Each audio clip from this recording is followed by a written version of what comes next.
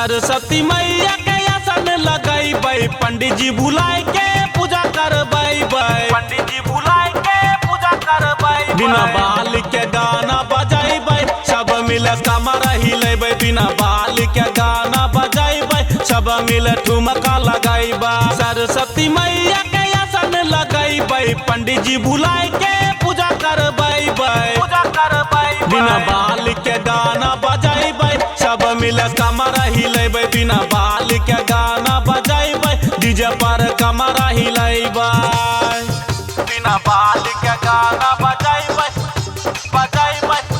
बिना बाल के गाना बजाइबै, डीजे पर कमर हिलेबै।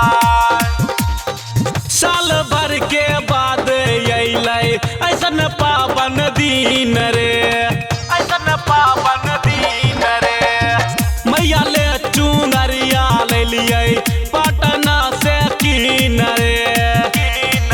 सुबह शाम हम दीप देखैबै, सरस्वती मैया के मनैबै। बिना बाल के गाना बजाइबै, डीजे पर कमर हिलेबै।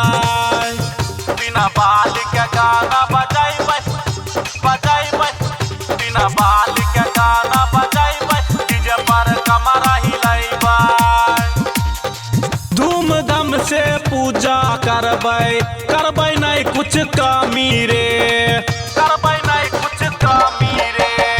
चरण में हम शीश झुकाई के मंगबै विद्या खूबे रे।